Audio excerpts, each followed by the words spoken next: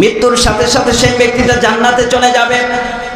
আল্লাহর নবী সাল্লাল্লাহু আলাইহি ওয়াসাল্লাম তাদেরকে এই শিক্ষাগুলো দিতেছিলেন। একজন সাহাবী খেজুর খাচ্ছিলেন, সাহাবী উঠে দাঁড়িয়ে গেলেন আর রাসূল সাল্লাল্লাহু আলাইহি ওয়াসাল্লামের সামনে খেজুরগুলো ফেলে দিলেন।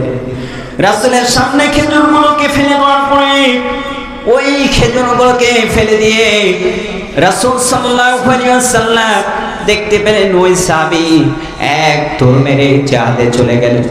জিহাদে গিয়ে শাহাদাত বরণ করলেন। রাসূল বললেন, সাহাবীরা তোমরা শুনে নাও, ওই যে সাহাবী কি করেছিল, ওই যে সাহাবী খেজুরগুলোকে ফেলে দিয়ে জিহাদের ময়দানে চলে গিয়েছিল, জিহাদের ময়দানে শাহাদাত বরণ করেছে, ওই সাহাবীকে আমি দেখলাম যে সেই সাহাবী জান্নাতের মধ্যে পাখি হয়ে উড়ে বেড়াতেছে। আল্লাহ পাক বলেন, ওয়াল আসর, সময়ের শপথ। সময় মুমিন ব্যক্তিদের জন্য এমন একটা মূল্যবান জিনিস, যদি কোনো ব্যক্তি এই সময়টাকে মূল্যায়ন করে, সময়টাকে নিজের মধ্যে সেইভাবে করে আঁকড়ে ধরে আখিরাতের কাজগুলো করে, আমল করে, ওই ব্যক্তিটা জান্নাতের দিকে ধাপিত হবে, জান্নাতের দিকে চলে যাবে। আমার ভাইরা,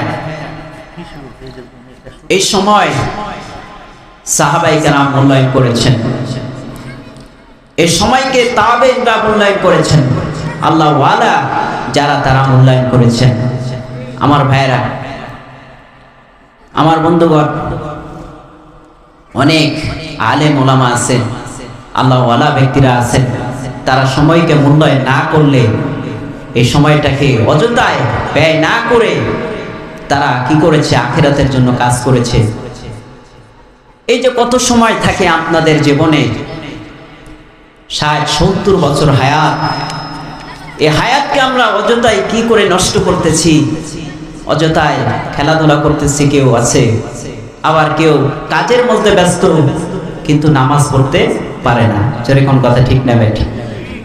আমার ভাইয়েরা, অনেকেই আছে 1000 টাকা ইনকাম করে, কোটি কোটি টাকা ইনকাম করে, কিন্তু এই যে 5 ওয়াক্ত নামাজের আযান হয়, আল্লাহ পাক যে আপনাকে ডাকতেছে, মুমিন ব্যক্তিকে যে ডাকতেছে, এই হুঁশ তাদের নাই। যেরকম কথা ঠিক না বেঠিক?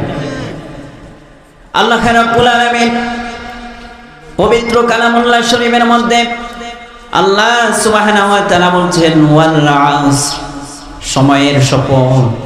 যারা সময়টাকে মূল্যায়ন করেছে তারা ওই দিন হাসরের ময়দানে, কিয়ামতের দিন, তাদেরকে কোনোদিন কি হতে হবে না, লাঞ্ছিত হতে হবে না, লাঞ্ছিত হতে হবে না, বঞ্চিত হতে হবে না। ওই সকল ব্যক্তি আল্লাহর জান্নাতের মধ্যে চলে যাবে, জান্নাতের মধ্যে প্রবেশ করবে। বদকার ব্যক্তিরা জাহান্নামে সেই দিন প্রবেশ করবে, কারণ তারা সময়টাকে মূল্যায়ন করে নাই। জোরে কোন কথা ঠিক না বেঠিক? আল্লাহ রাব্বুল আলামিন দ্বিতীয় আয়াতের মধ্যে বলছেন, ইন্নাল ইনসানা লাফি খুসর, নিশ্চয়ই মানুষ ক্ষতিগ্রস্ত, ইল্লাল্লাযীনা আমানু ওয়া আমিলুস সালিহাতি ওয়া তাওয়াসাউ বিল হক ওয়া তাওয়াসাউ বিস sabr। জোরে কোন আল্লাহু আকবার। আল্লাহ রাব্বুল আলামিন বলেন, তারা ক্ষতিগ্রস্ত নয়। যারা কি করবে, যারা প্রথম নম্বরে ঈমান আনয়ন করবে, ঈমান আনবে, ওরা ক্ষতিগ্রস্ত হবে না। আর দ্বিতীয় নম্বরে ওই ঈমান অনুসারে আমল করবে। প্রথম নম্বরে কি আনতে হবে? ঈমান। যেরকম কি ঈমান, আমরা ঈমান এনেছি ঠিকই, বলতে পারেন হুজুর আমরা তো ঈমান এনেছি, আমরা আল্লাহর উপরে ঈমান এনেছি, রাসূলের প্রতি ঈমান এনেছি। আমার ভাইয়েরা, কালেমা স্বীকার করেছি কিন্তু কালেমা অনুযায়ী কাজ করি না। জোরে কোন কথা ঠিক না বেঠিক? আমার ভাইয়েরা, আল্লাহ রব্বুল আলামিন যে কালিমা আছে, লা ইলাহা ইল্লাল্লাহ মুহাম্মাদুর রাসূলুল্লাহ, আল্লাহ তাআলাকে স্বীকার করলাম। প্রথম নম্বরে আল্লাহ তাআলাকে স্বীকার করে নিলাম যে আল্লাহ তাআলা এক, তার কোনো শরীক নাই।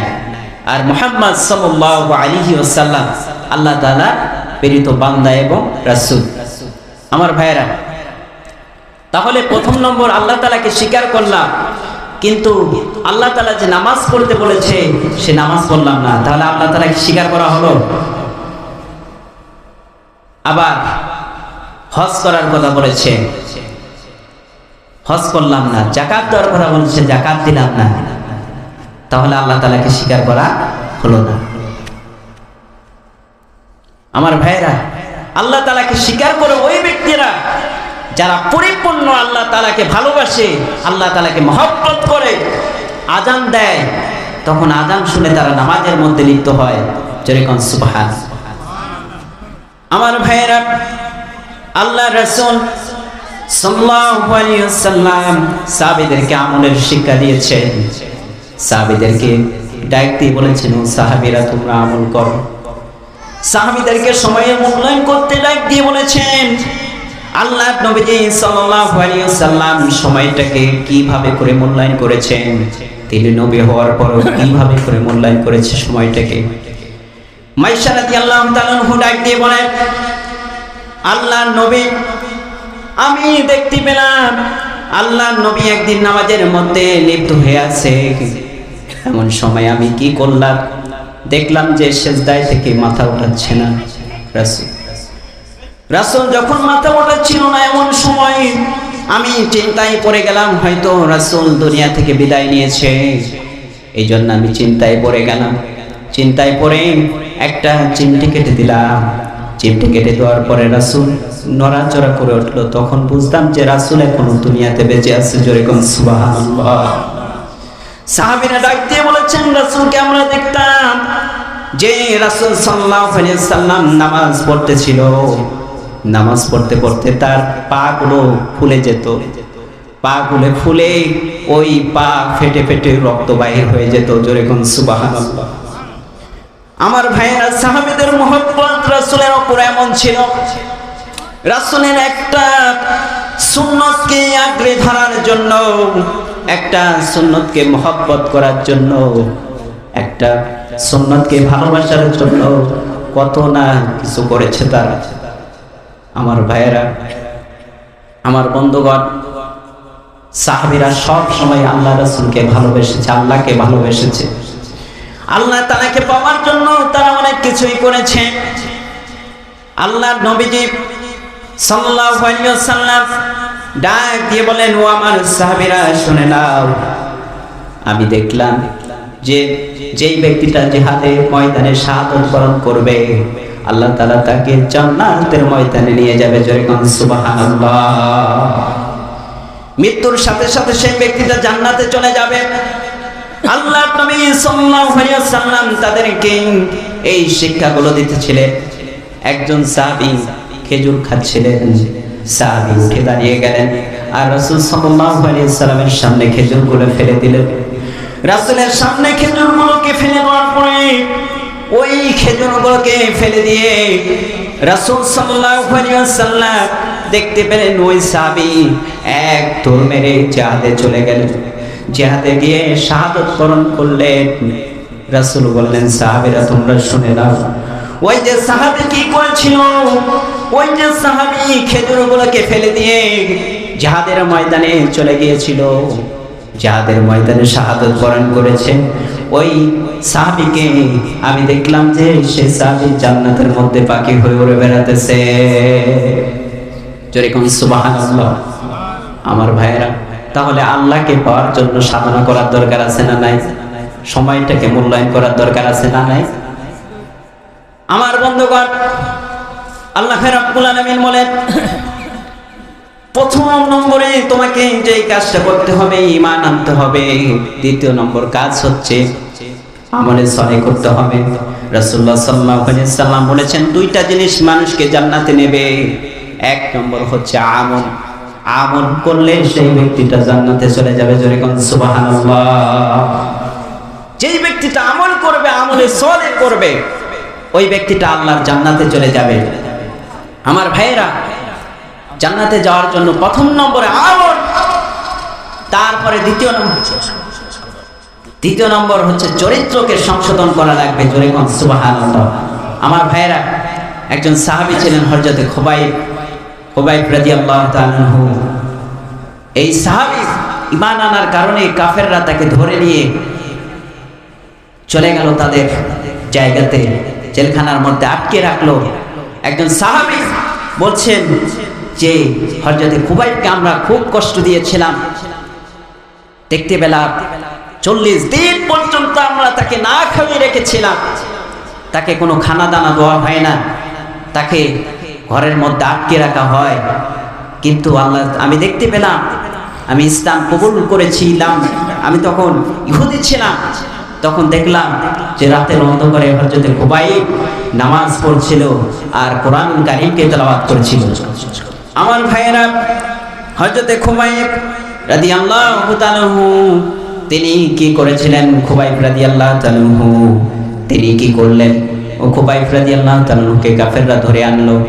কাফেররা ধরে আনার পরে ডাক দিয়ে বলল, ও খুবাইব, তোমার এখনো সময় আছে, তুমি ইসলামটাকে ছেড়ে দাও। খুবাইব রাদিয়াল্লাহু তাআলা ডাক দিয়ে বললেন, জীবন চলে যাবে তারপরে ইসলামটাকে ছেড়ে দেব না, কোরআন থেকে সরে দাঁড়াবো না। জীবন চলে যাবে তারপরে ঈমান থেকে সরবো না। আমার ভাইয়েরা, খুবাইব রাদিয়াল্লাহু তাআলার কথা বলতেছি না। খুবাইব রাদিয়াল্লাহু তাআলার ডান হাত যখন কাফেররা কেটে ফেলেছে, খুবাইব রাদিয়াল্লাহু তাআলাকে কাফেররা ডাক দিয়ে বলল, ও খুবাইব, তোমার ডান হাত কেটে ফেলে দিলাম, বাম হাতটা আছে, এখন ঈমান ছেড়ে দাও। খুবাইব রাদিয়াল্লাহু তাআলা ডাক দিয়ে বললেন, ও কাফেররা, তোমরা আমার সব অঙ্গ পতঙ্গ কেটে ফেলে দাও, তারপরে ঈমান ছাড়বো না। খুবাইব রাদিয়াল্লাহু তাআলা ডান পায়ের মধ্যে কোপ মারা হলো, ডান পাও চলে গেল, বাম পায়ের মধ্যে কোপ মারা হলো, বাম পা চলে গেল। তারপরে খুবাইব রাদিয়াল্লাহু তাআলাকে ডাক দিয়ে বলা হলো, ও খুবাইব, তোমার এখন জীবনটা আছে, ইসলাম ছেড়ে দাও। খুবাইব রাদিয়াল্লাহু তাআলা ডাক দিয়ে বললেন, আমার জীবন চলে যেতে পারে, তারপরে ইসলাম ছেড়ে দেব না। খুবাইব রাদিয়াল্লাহু তাআলাকে ওই কাফেররা কি করে ফেললো? তরবারি নিয়ে তার বুকের মধ্যে তরবারিটা বসিয়ে দিল। সঙ্গে সঙ্গে খুবাইব রাদিয়াল্লাহু তাআলা শাহাদাত বরণ করলেন। জোরে কোন সুবহানাল্লাহ। আমার ভাইরা, তাহলে সাহাবীরা কেমন করে তারা ত্যাগ স্বীকার করেছে দ্বীনের জন্য, কিভাবে করে তারা জীবনটাকে উৎসর্গ করে দিয়েছে, সময়টাকে মূল্যায়ন করেছে তারা।